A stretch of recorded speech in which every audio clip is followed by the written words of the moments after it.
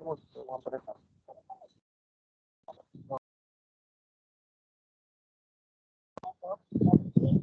príncipe de Javier Camargo.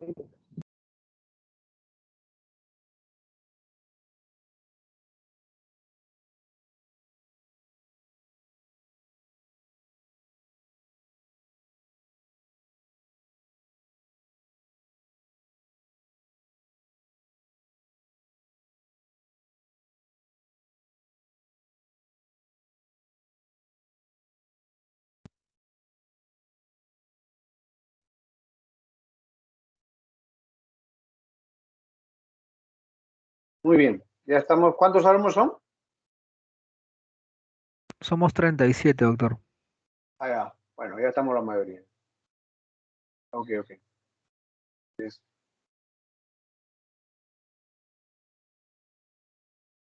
bueno, el día de hoy nos toca la clase de patología de endometrio, básicamente es hiperplasia y cáncer, ¿no?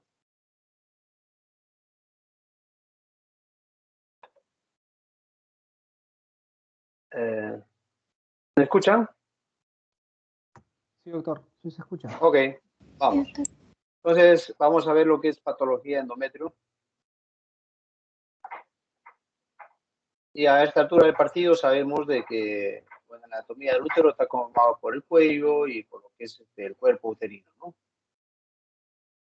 Tenemos el cuerpo uterino y aquí es el cuello uterino. Más o menos el cuello mide 2 a 4 centímetros, ¿no? Y el cuerpo uterino, pues, también es 5 centímetros, ¿no? Entonces tenemos patologías benignas del endometrio. Por ejemplo, tenemos la endometritis, que se caracteriza por una inflamación crónica de endometrio, generalmente de tipo infeccioso, ¿no? Y son ascendentes, infecciones ascendentes. El 75% de pacientes son pacientes que tienen EPI. Y bueno, 40% tienen cervicitis mucopurulenta, ¿no?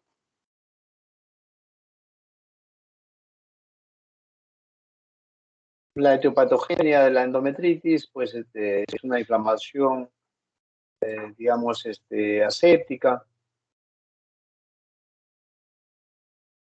y que usualmente se frecuenta cuando en los usuarios de DIU, ¿no? La infección es ascendente. Todos los gérmenes que están inmersos en el tema de la EPI, ¿no? La salpigitis, la EPI, que usted ya conoce, 1, 2, 3, EPI 4, ¿no? Los factores de riesgo siempre, por ejemplo, los de DIU, la instrumentación, las ITS, ¿no? O también lo que pasa generalmente es una retención de restos, ¿no? De la concepción. Aquí tenemos una ecografía donde hay restos ovulares y como causa de endometritis, ¿no? Hay que hacerle un legrado uterino, ¿no? Puerperal. Acá tenemos las manifestaciones clínicas que puede haber endometritis, puede ir de una asintomática, como también puede haber una hemorragia uterina disfuncional, una hemorragia postcoital, puede haber secreción fétida cervical, vaginal, una EPI, signos de EPI, o un dolor pélvico crónico, un absceso tubárico, bueno, también como causa de infertilidad. Estudios, ya saben, vamos a estar los estudios de laboratorio, que incluyen desde un hemograma, cultivo, una ecografía y una biopsia, ¿no? Ahí donde la biopsia pues, nos da el diagnóstico de endometritis, ¿no? Y nuestro diagnóstico diferencial con todas estas patologías, ¿no? Por ejemplo, con los accidentes del embarazo, enfermedad trofoblástica, cáncer endometrial, miomas, lesión cervical, cervicitis o un DIU extraviado, ¿no? Tratamiento, también ya es la consejería, con el tratamiento de antibióticos, tiene DIU, lo podemos hacer, mucho depende del momento en que se encuentre, si hay del tipo de si es una EPI, por el momento que se encuentre, ¿no? Si es una EPI, segundo, ¿no? Entonces, primero antibiótico terapia y luego pensar en una extracción de DIU luego de impregnado el antibiótico. Lo clásico, doxiciclina, 200 miligramos, y oral, hay también de 100 miligramos. Puede hacer una pastilla mañana y tarde por 10 a 14 días. Otra patología frecuente son los pólipos endometriales. Los pólipos endometriales, por ejemplo, acá tenemos en la figura de pólipos. Esta patología se encuentra en pacientes generalmente entre 40 y 50 años, generalmente. Solamente se ha visto que tienen el 10% de las mujeres y bueno, el 5% pueden cursar con una transformación maligna, ¿no? Y cuando se extirpan los tumores, digamos, ya es una histerectomía, etc.,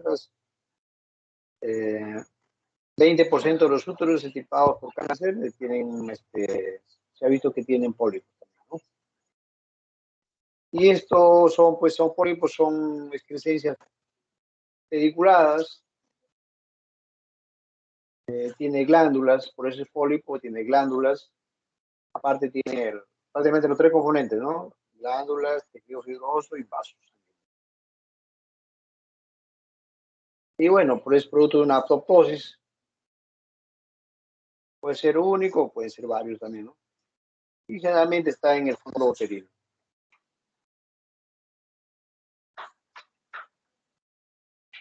Dentro de la etiopatogenia y manifestaciones, pues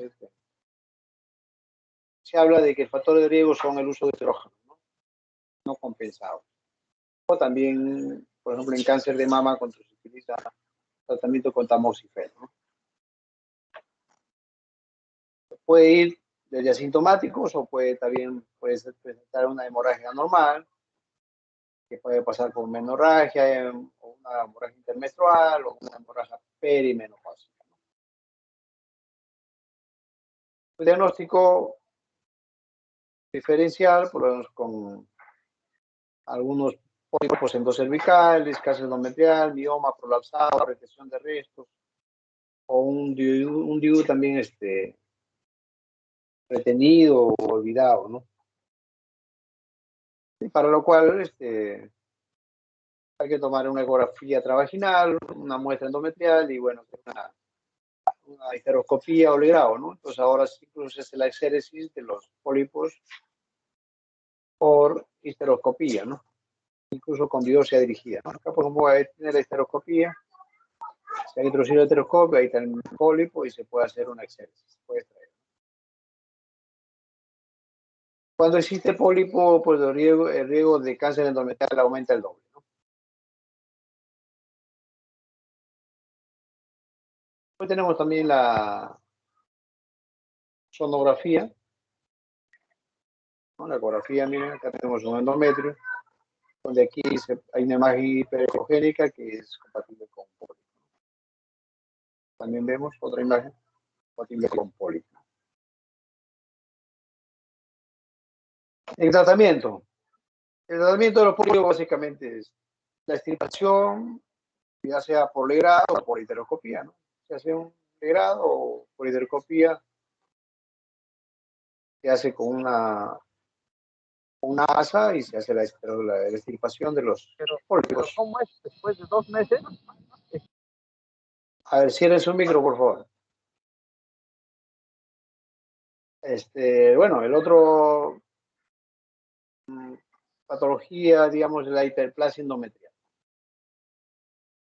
Acá tenemos el endometrio y hay una zona que es una hiperplasia endometrial. La hiperplasia endometrial, digamos, del 5% de los pacientes con hemorragia por menopásico son hiperplasia endometrial. Entonces, ¿y en qué consiste? La proliferación, digamos, anormal,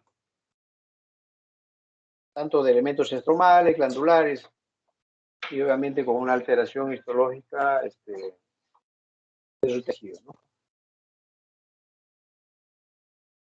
Decir que cuando se produce una hiperplasia endometrial, generalmente cuando hay una edad fértil tardía, edad menopáusica temprana, ¿no? Acá tenemos, por ejemplo, la hiperplasia endometrial y esto al aspecto microscópico, ¿no? ¿Cuáles son los factores de riesgo de una hiperplasia endometrial? La estimulación estrogénica, incluso a veces sin oposición a progesterona, el tratamiento estrogénico tiene 4 a 8 veces mayor riesgo de que se produzca una hiperplasia endometrial. La obesidad, por el aumento de estrógenos solamente, ¿no? Y va a estimular el endometrio. La invalidad, la diabetes, síndrome de ovario poliquístico, muy de moda, la inhibición de tamoxifeno y los tumores de la glandulosa ovárica por secreción de estrógenos. Estos son los factores de riesgo y son las manifestaciones que presentan. Puede ser también desde asintomática, como también puede ser una hemorragia menstrual, metrorragia o menopausia. Entonces, mi diagnóstico diferencial, vemos cómo está el endometrio, está proliferativo o secretor. Supuestamente es de esperarse que en una hiperplasia, cuando hacemos una biopsia, vamos a encontrar el endometrio proliferativo. Diagnóstico diferencial con adenocarcinoma endometrial, pólipos endometriales, con carcinoma endocervical. ¿Cómo hacemos la valoración? Con la ecografía, para ver la línea endometrial, la histeroscopía, para hacer, digamos, podemos hacer una biopsia dirigida incluso, dilatación y legrado y la biopsia endometrial.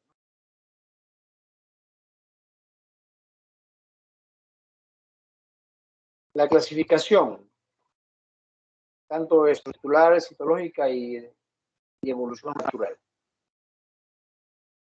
Recuerden que la hiperplasia puede ser simple, compleja, simple con atipia y compleja con atipia. Entonces, la progresión hasta un cáncer en porcentaje es la simple, solamente 1%, la compleja, sin atipia, 3%, la simple con atipia, 8%,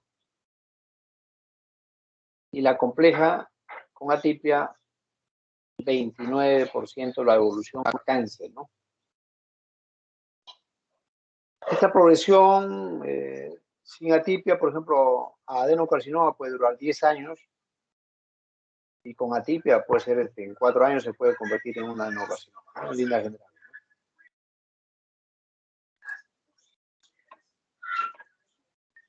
La hiperplasia simple y la hiperplasia compleja, los hallazgos anatopatológicos, básicamente acá hay una proliferación de los elementos estromales y de las glándulas, ¿vale?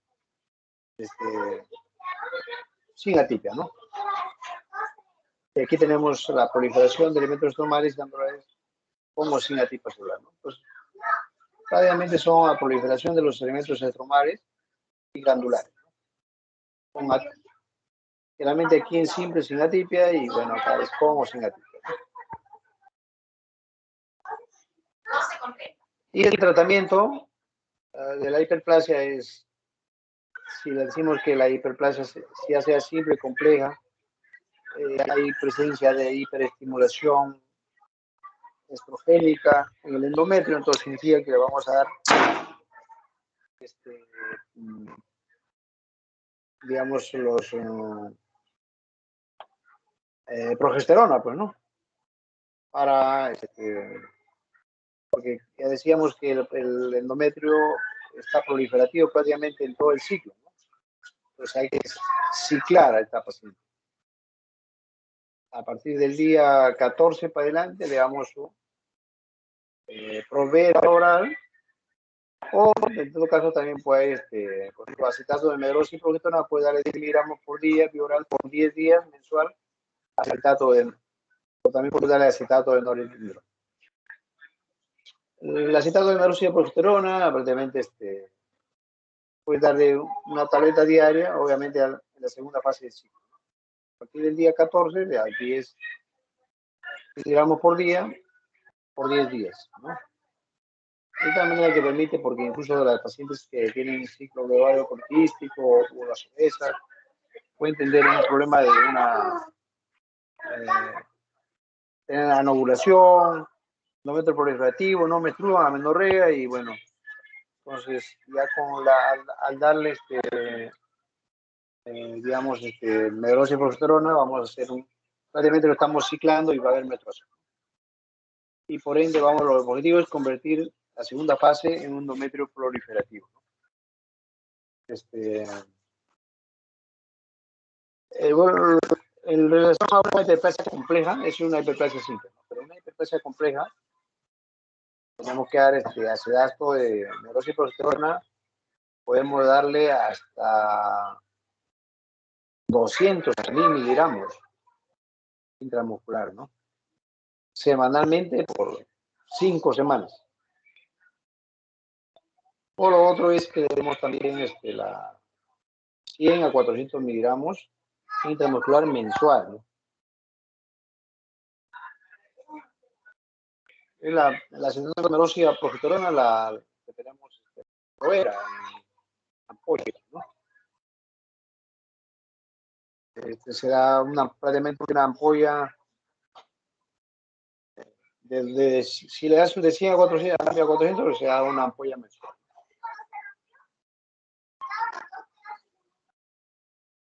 El acetato también podemos dar el acetato de megestrol, que es 440 o 80 miligramos por día, pero durante 6 a 12 semanas.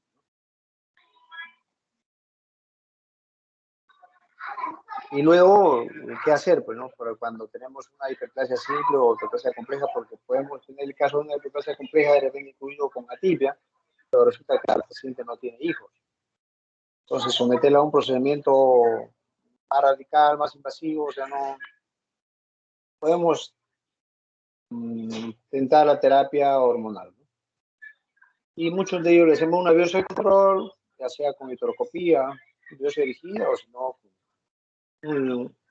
una biopsia simplemente con boleta de nova y vemos si ya no hay hiperplasia, ¿no?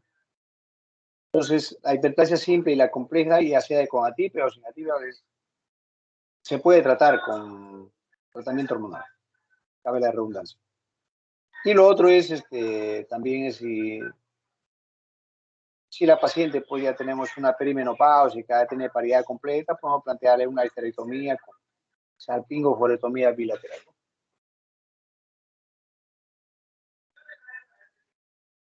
Ahora sí pasamos al tema del carcinoma endometrio. Estas son zonas localizadas de cáncer, ¿no? Carcinoma endometrio, acá también tenemos un útero abierto, miren cómo se hace isquemia de esas zonas, y bueno, esto pues, muerte celular, hemorragia, se descama y produce pues ya sea flujo vaginal, que al final es contenido endometrial, que es con mal olor, podrido, ¿no? Entonces, el sangrado también puede ser con mal olor. Entonces, este es un cáncer de endometrio, ¿no? Es el más frecuente de los tumores infiltrantes del tracto genital femenino. Es el cuarto de los cánceres más comunes que afectan a la mujer. Y bueno, el séptimo a causa de muerte por cáncer, ¿no? En Estados Unidos, por ejemplo, cerca de 40.000 mujeres cada año en Estados Unidos y alrededor de 6.600 muertes anuales por esta enfermedad. Entonces, buena cantidad. Entonces, hay que dar política de salud pública también acá, ¿no? Este tipo de cáncer de endometrio generalmente se presenta en la séptima década de la vida. Y bueno, fundamentalmente es una enfermedad posmenopáusica. Y cuanto más la edad más avanzada, más virulento, ¿no? Dentro de la ectopatogenia hay el tipo 1 y el tipo 2. El tipo 1 dependiente de estrógenos, que menos mal que es más del 75% de los casos. Mientras que el tipo 2 es independiente de los estrógenos, vale decir no asociado a estimulación estrogénica, no es el menor porcentaje. Y bueno, recuerden que estos tipo 2 son los más indiferenciados, los de mal pronóstico, ¿no? En cambio, los de acá, los de tipo 1 son de mejor pronóstico, son hormono dependientes, estrógeno dependientes, ¿no? Factores de riesgo para cáncer endometrio, tenemos cualquiera de los factores que aumente la deposición de estrógeno. También la nulliparidad, la nulliparidad, por ejemplo, aumenta el riesgo de 2 a 3 veces, la obesidad, 3 veces el riesgo, digamos, 3 veces en caso de sobrepeso, ¿no? Más o menos cuando tiene sobrepeso de 20 a 50 libras, pero si es 10 veces, si el sobrepeso es mayor a 50 libras, ¿no?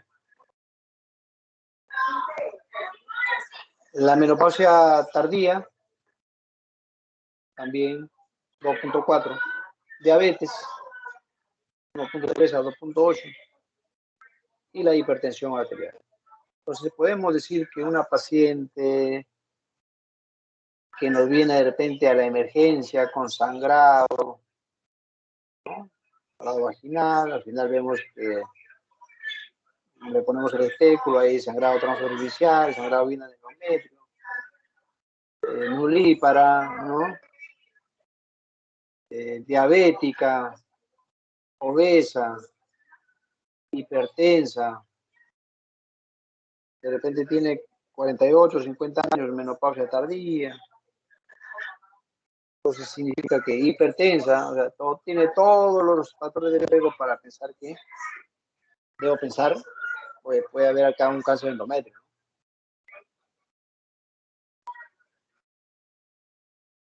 Y bueno, los factores de riesgo ya son el síndrome de ovario poliquístico, tumores ováricos, la terapia de reemplazo hormonal, que incluso aumenta en 4 a 8% veces más, es 4 a 8 veces más, perdón, el riesgo. Tamoximeno, 2 a 3 veces el riesgo. Y la hiperplasia adenomatosa endometrial. Nuevamente acá vemos la hiperplasia endometrial, cómo se puede convertir, es precursora de cáncer de endometrio. Esta tabla es conocida. 1% si es hiperplasia simple, avanza a cáncer.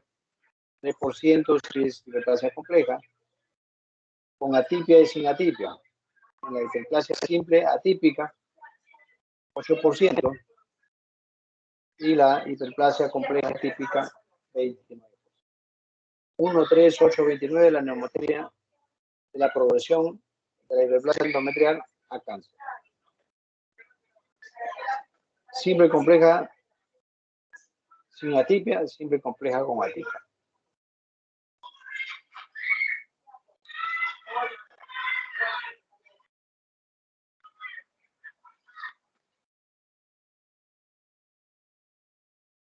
La clasificación histológica del cáncer endometrio puede ser de origen endometroide, diferenciado con variantes, puede ser mucinoso, seroso, células claras, células escamosas.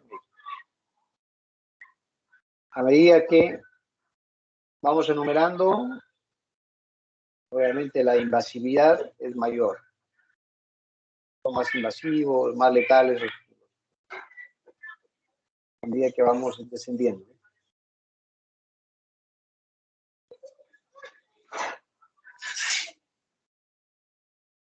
Por ejemplo, tenemos acá el adenocarcinoma endometrioide, que es el que hay acá.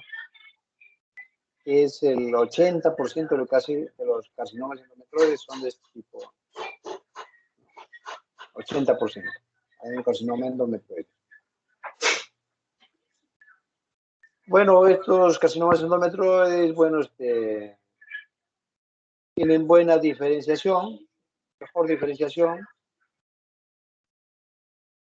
¿no? Entonces, al ser mejor diferenciado, su pronóstico es mejor, ¿no? De acá, de estas variantes, digamos, adenocarcinoma endometrioide, tenemos variantes con diferenciación escamosa y otras con variante bioglandular. La mayoría son con diferenciación escamosa, 15-20% de carcinoma endometrial.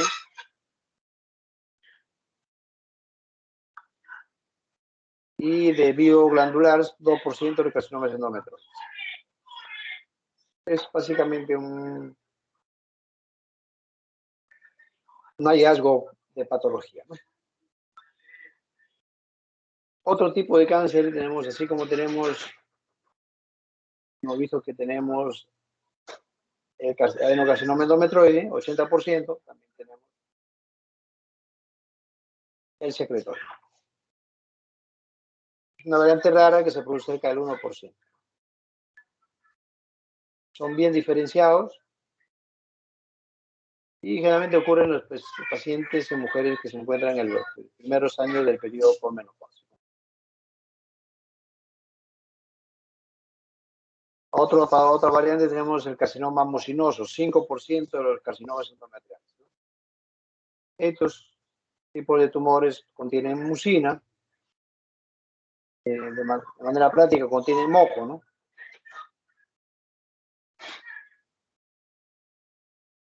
Ellos también son bien diferenciados, ¿no? Si tenemos el 80% más este 5%, teníamos 85%,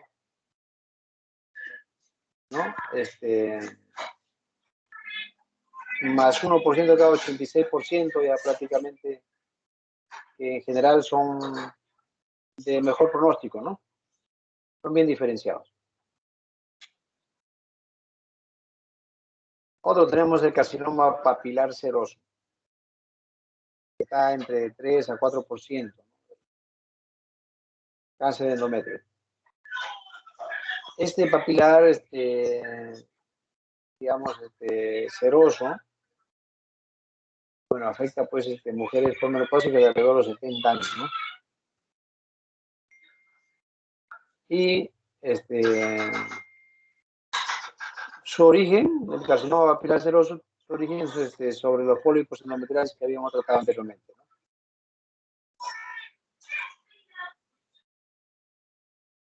Este tipo de tumores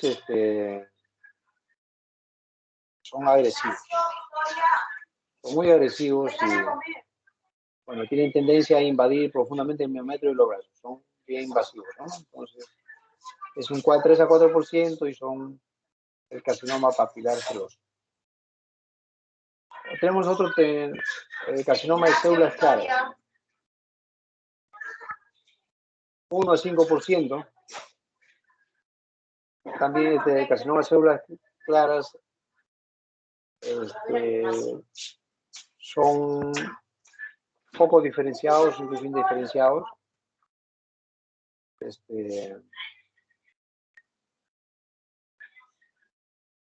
Bueno, es un tumor muy agresivo digamos, de los cánceres del tipo endometrial es muy agresivo. Su pronóstico es malo. Muy malo. El carcinoma escamoso, que es muy raro, de mal pronóstico también, ¿no? Al igual que los anteriores, es rarísimo, pero bueno. Se asocia con estenosis cervical, biometría, inflamación crónica y es un tumor muy agresivo. Mal pronóstico.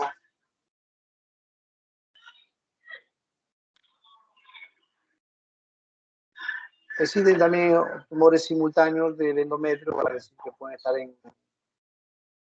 digamos, en ovario y pueden estar en endometrio, ¿no? Por ejemplo, acá los tumores tanto ovárico como endometrial son adenocarcinomas endometrioides bien diferenciados de etapa baja que tienen un pronóstico excelente. O sea, este tipo de tumores simultáneos puede ser, digamos, es de buen pronóstico.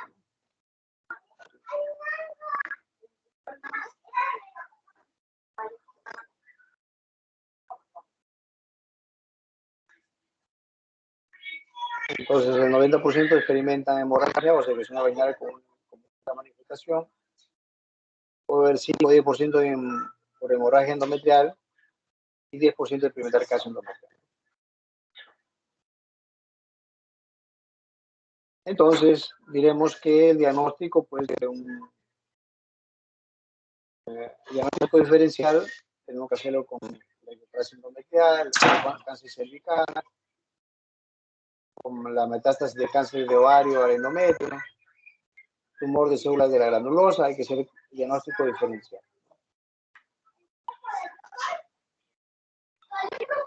Técnicas de la imagen, nuestra ecografía transvaginal, importante.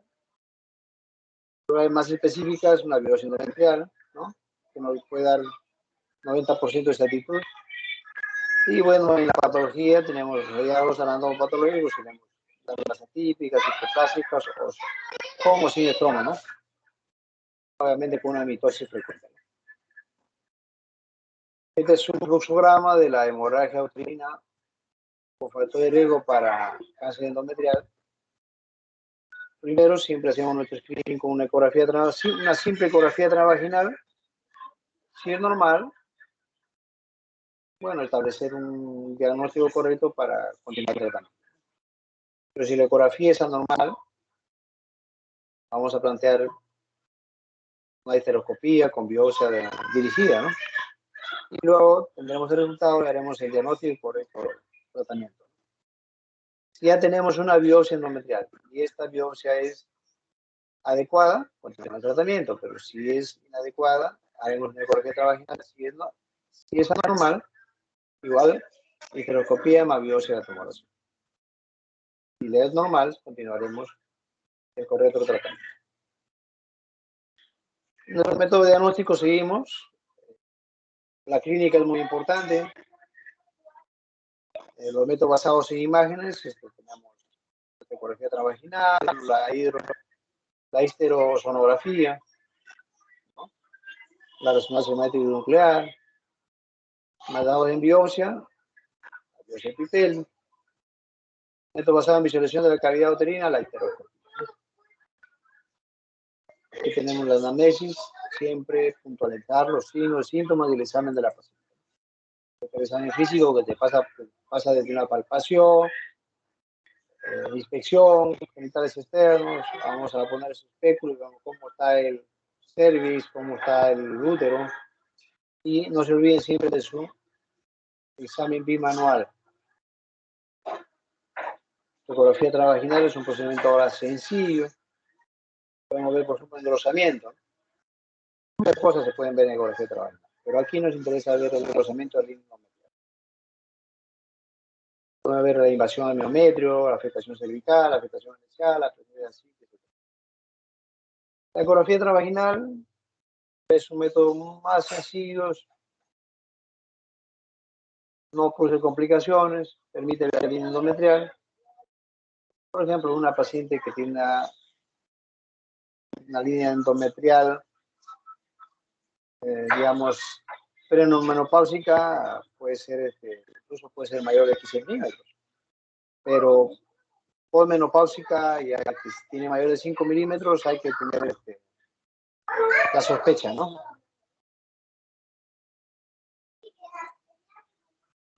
Nuestras limitaciones.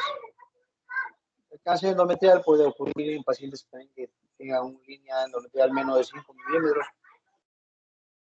Ahí va a tomar en cuenta el tema de la sensibilidad y especificidad de esta ecografía. Pero puede haber que tengan menos de 5 milímetros pacientes y tenían un cáncer. No es lo usual, pero puede darse. Por eso es una limitación. Otro es la correlación también entre el grosor endometrial por ecografía y transvaginal y lo que es in vivo, ¿no? Va a decir, pacientes posteritorizadas, se ve que solo es correcto en 5% de los casos la correlación. si la línea endometrial está gruesa, la posibilidad de que sea un cáncer, la relación directa con un cáncer endometrio es 65% de los casos. Eso es en patología. Pero también podemos ver mujeres perimenopáusicas con un espesor endometrial al final de la fase agricultora de 20 milímetros. Entonces también tenemos que hacer una ecografía de la primera y segunda fase de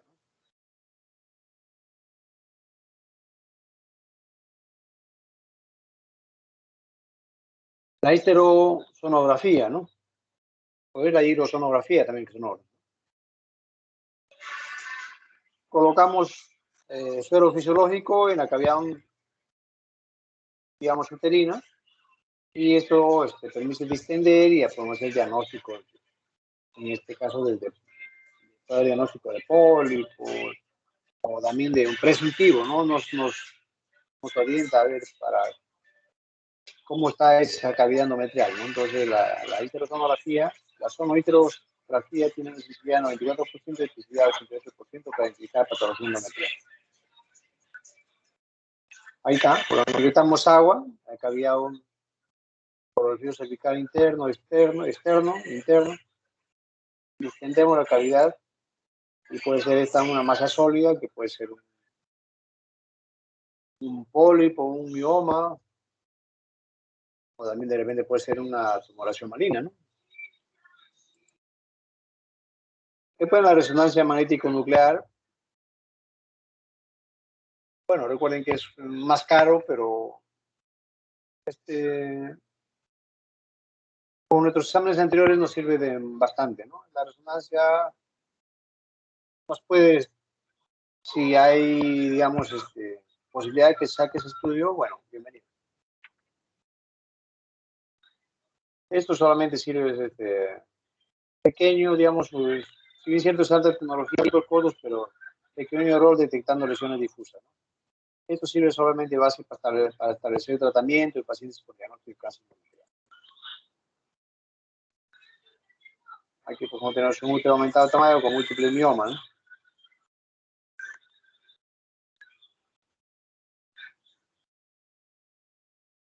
Otro es el tema de la biopsia endometrial. La biopsia endometrio es básicamente la primera medida para evaluar a la paciente que experimenta hemorragia, ¿no? Frente a la sospecha que tengamos. Se recomienda que tengamos una ecografía, ¿no? Para antes de ir hasta de hacer una biopsia, pues hay que hacer una ecografía. Eso, la biopsia endometrio tiene una sensibilidad para identificar casi endometrio varía entre 67 a 96%. Puede que no tengamos una biopsia negativa, pero tenemos una sospecha de que algo puede estar tratando, de repente hay un cáncer, ¿no? Entonces podemos plantear la histeroscopía o una nueva biopsia, ¿no? La biopsia siempre con coleta de nao, la forma como se aplica la coleta de nao. Hay que fijarse bien si el útero está en anteverso, central o retroverso también, para tener cuidado, no puedan perforar. Y bueno, tenemos el grado uterino fraccionado. Cuando hacemos una biopsia puede que un porcentaje no se logre, digamos, detectar las lesiones, ¿no? O sea, con un simple grado uterino, 10 a 20% de las lesiones endometriales de diversa naturaleza no se detectan con el grado uterino. Entonces, prácticamente 13% de los casos de hiperplasia de adenocarcinoma endometrial no se diagnostican cuando practicamos un grado uterino antes que una histeroscopía. Entonces, para eso, ¿y por qué? Porque cuando hacemos un legrado uterino, solo se alcanza el 60%, ¿no? De la superficie de la cavidad uterina. 50-60%. Entonces, puede que nos quede un área, digamos, que no hemos podido detectar la lesión maligna, ¿no? Y acá tenemos un fluxograma también, ¿no? Como una vez que hemos hecho la biopsia, el grado de endometrio. Quiero salir ahora, ¿qué hacemos? Tenemos hiperplasia simple y hiperplasia compleja. Por todo se les pide sus exámenes pre-op, ¿no?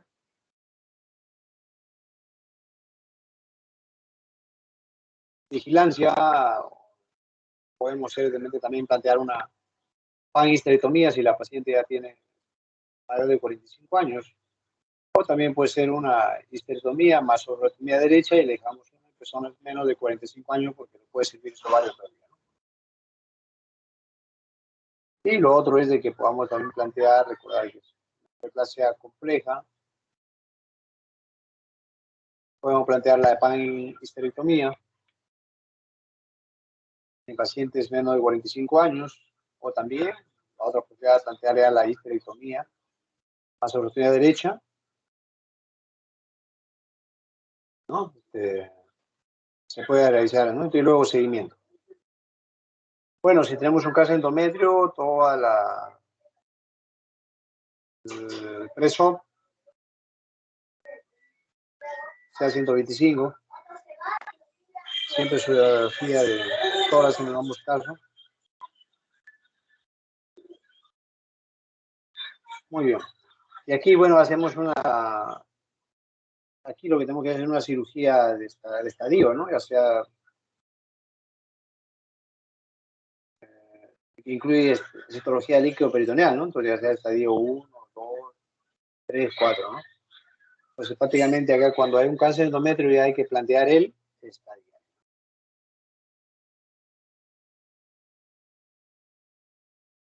Y bueno, la histeroscopía prácticamente es el bolo estándar, ¿no? Para pacientes con hemorragia uterina normal.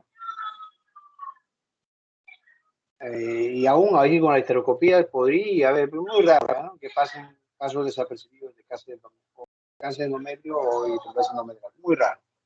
Pero de todas maneras les informo que puede pasar. Pero la histeroscopía es el gold estándar para estudio de la hemorragia uterina normal. Sensibilidad 96% para detectar hiperplasia endometrial y 92% para detectar pólipos. Pues en conclusión, el gold estándar es el mejor método para evaluar la hemorragia uterina normal. Ahí está la histeroscopía. Colocación de un heteroscopio a través del orificio cervical, vemos la cavidad uterina y esa es la histeroscopía. Ahora es muy de moda, ¿no? Entonces incluso se hace histeroscopía en consultorio. Ahí está, introducido el heteroscopio. Puede ver el engrosamiento endometrial, puede ver chequear la vascularización superficial, puede ver también si hay aumento de densidad de orificios glandulares y la dilatación de las glándulas endometriales. Adicionalmente podemos tener para ver, digamos, podemos hacer también estudios de extensión, como la radiografía de tórax, la tomografía abdominal y pélvica, marcadores tumorales, etc. Por ejemplo, si el 125 tiene de utilidad caso avanzado, ¿no? Y un tema importante que no podemos dejar de mencionar es el estadiaje. El estadiaje según la TNM y según la FIGO, ¿no? ¿Y en qué consiste la descripción? Según el TNM, bueno, vamos desde el TX, ¿no? Hasta lo que es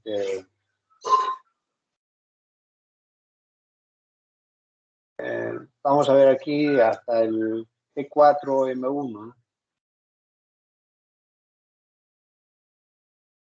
Y nuestro clásico estadiaje de la FIGO, que va desde el estadio 0, carcinoma in situ, va al estadio 1 cuando solamente localizaban el cuerpo uterino, estadio 2 cuando hay invasión al cervix, pero limitado al útero, ¿no?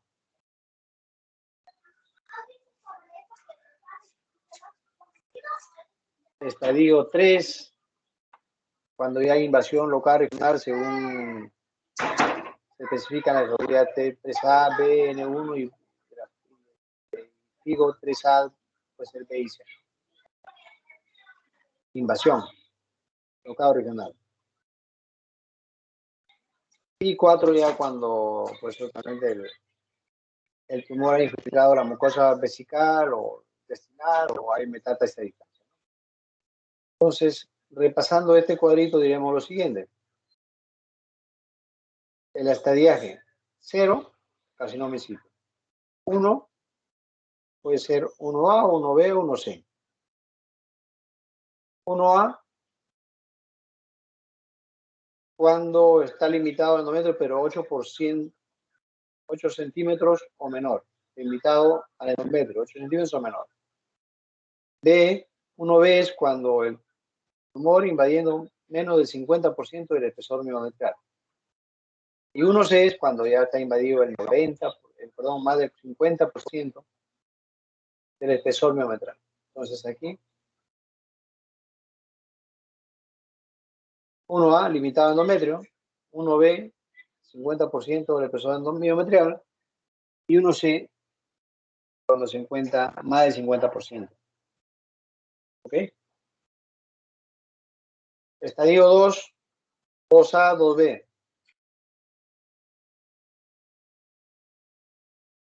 2A cuando es afectación del epitelio endocervical y 2B es cuando hay invasión del estroma cervical. 3, pues es estadio 3A, 3B, 3C. 3A, si está afectada la serosa y los nexos. Ya hay células malignas en el líquido ascítico, en lavados peritoneales. 3A. 3B, afectación vaginal. Metástasis. 3C, metástasis de ángulos linfáticos pélvicos o parabólicos. 4A, tumor infiltrado mucosa vesical o mucosa intestinal y 4B, metástasis a distancia. Entonces, esto es en sí el estadiaje sobre tanto el TNM como la FIGO, ¿no? Entonces, aquí un pequeño resumen de la clasificación clínica. De 0, estadio 0, carcinoma in situ. Estadio 1, confinada al cuerpo. Estadio 2, 1A, 1B, menos de 8 centímetros, 1A, 1B, mayor de 8 centímetros. 2, cuando está tomado el cuerpo y el cuello del útero, ¿está bien? 3, fuera de la pelvis, pero no de la pelvis verdadera. Fuera del útero, pero no de la pelvis verdadera. 4A, 4B. 4-1, cuando el tumor invade la mucosa de la vagina, correcto, y se extiende fuera de la pelvis verdadera. Y 4B es metástasis a distancia. Pues este cuadrito, téngalo siempre de referencia porque en el examen le puede preguntar a ver qué significa de repente un estadio cuando, a ver un ejemplo, si sabe que encontramos que ha invadido la serosa y al hacer un lavado peritoneal encontramos células cancerosas en el líquido ascítico o en el lavado peritoneal. ¿Qué estadio es? A ver.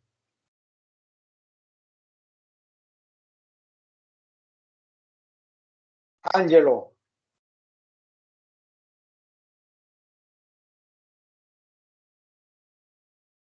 Sí, sí, doctor, ¿se me escucha? Sí. ¿Qué estadio es? El que te dije. ¿Podría repetirlo, doctor? Disculpe, es que se entrecorta mi audio. Ya. Cuando hay invasión de la serosa y tiene el líquido ascítico y cuando lo hacen el examen, en el líquido ascítico encuentran células cancerosas, endometrio, incluido en el lavado peritoneal. Entonces, ¿qué estadio estamos? ¿En un estadio 3? ¿3 qué? ABC. No, en un estadio 3 C. A ver. Cierre seco. ¿Ves? Sí, sí lo veo, doctor. Ya, ¿qué estadio es? Estadio 3A sería. 3A, correcto. Entonces, por si le preguntan en el examen eso, ¿no? Entonces, usted ya tocan, hacen sonares inmediatamente ya, y así podemos ir combinando patologías, ¿no? Entonces, también hay otra clasificación según el tipo histológico, ¿no? Es una gradación según tipo histológico. Activo también, que está activo se mantiene esta clasificación de la 89. Pero es, por ejemplo, la de G1, G2, G3. Adenocarcinoma bien diferenciado cuando el menos del 5% es more sólido. G2 es cuando el tumor tiene 6 a 50% de zona sólida. Y 3 es ya cuando más del 50% del tumor es sólido, ¿no? Y aquí justamente se encuentran los indiferenciados, ¿no? Los tumores invasivos, ¿no? Un G3, ¿no? Muy bien, entonces nos queda claro que la diferenciación marca el pronóstico, ¿no? Y la invasividad, ¿no?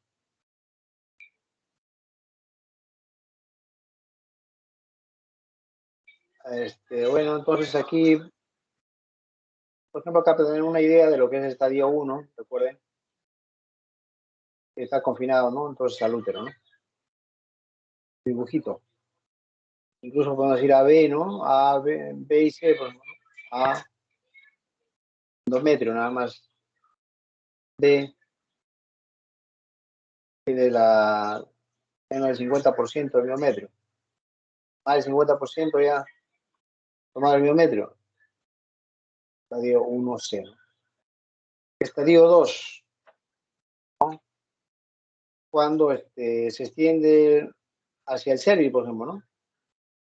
Pues que solamente tenga glándulas, solo las glándulas endocervicales, que puede también invadir el estroma, ¿no? Un estadio 2, A o B. A, glándulas endocervicales, y B, 2A y 2B al estroma cervical. ¿Ok? Acá tenemos el estadio 3 ya, ¿no? Cuando, pues al parametrio, ya estadio 3A, y bueno, tu estadio 3B cuando va, pues, invade la vagina, ¿no? Y el estadio 4 ya es, puede invadir la vagina, el recto, el trabajo hígado, hasta salida. Pues de esta manera graficamos lo que es el cáncer endometrio. Y el tratamiento del cáncer endometrio, bueno, puede ser el padre de una esterectomía abdominal, con salpicobrectomía, o puede ser una laparotomía. Siempre hacemos una incisión amplia, ¿no?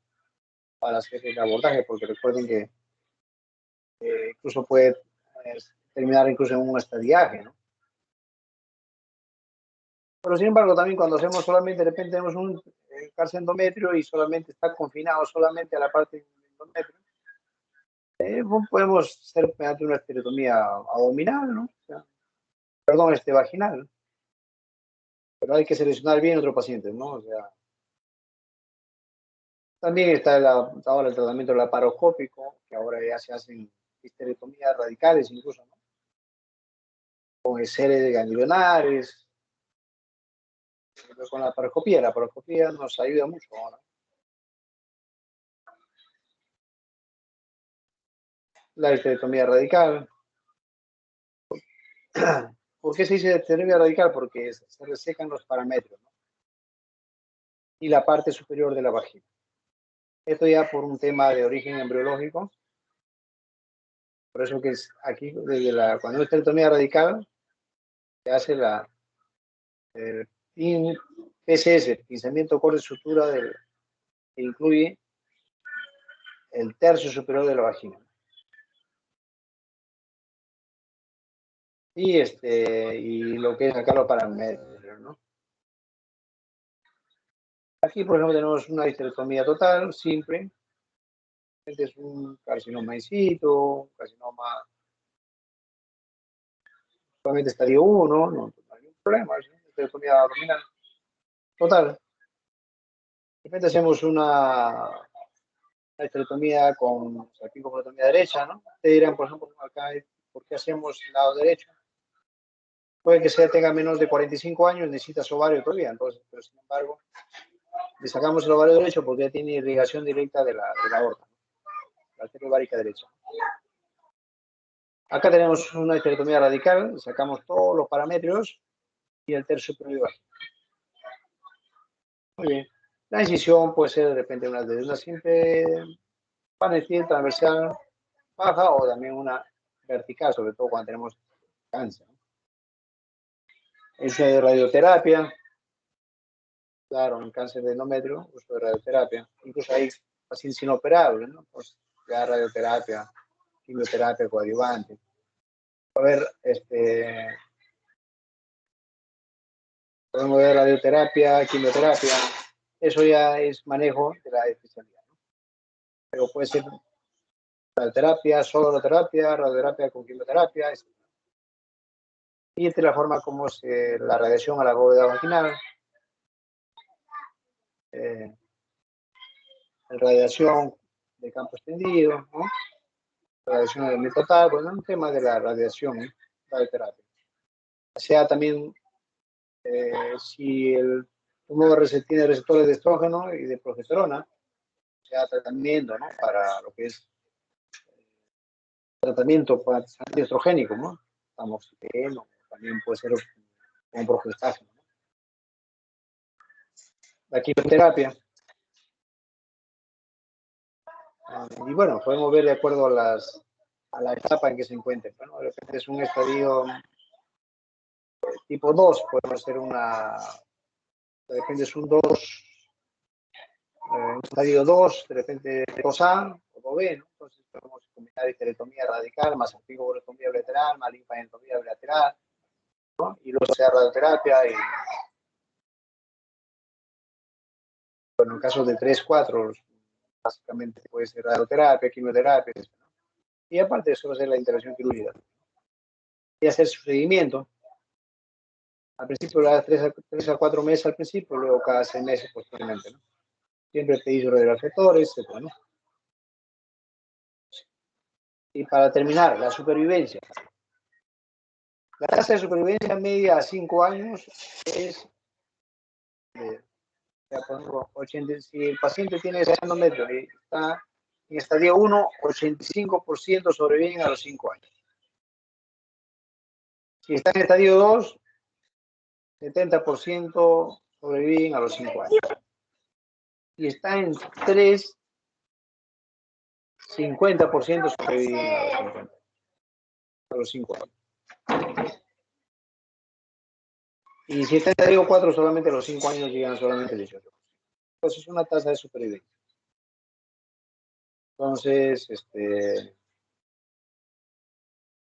si operamos un paciente que está en estadio 2,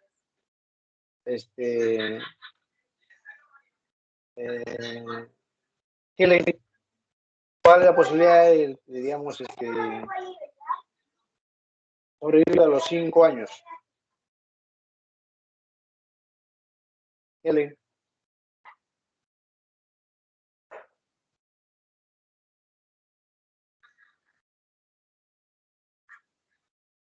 Christopher. 70%, doctor. Ok. Perfecto, ¿no? Entonces, puede venir también preguntitas, ¿no? O sea, hay que aprender sobre la tasa de supervivencia. Muy bien. Entonces, de esta manera hemos concluido la clase el día de hoy. No sé si hubiera algunas preguntas.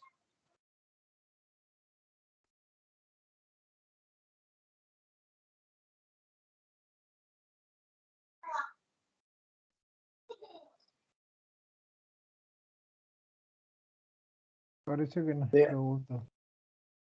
Ya, ok. Muy bien, entonces, Leonardo, ¿cuál es el tipo de cáncer del endometrio más frecuente?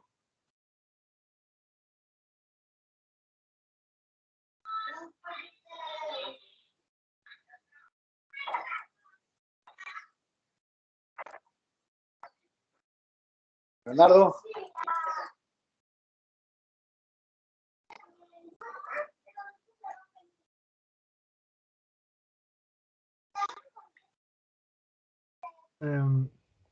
Creo,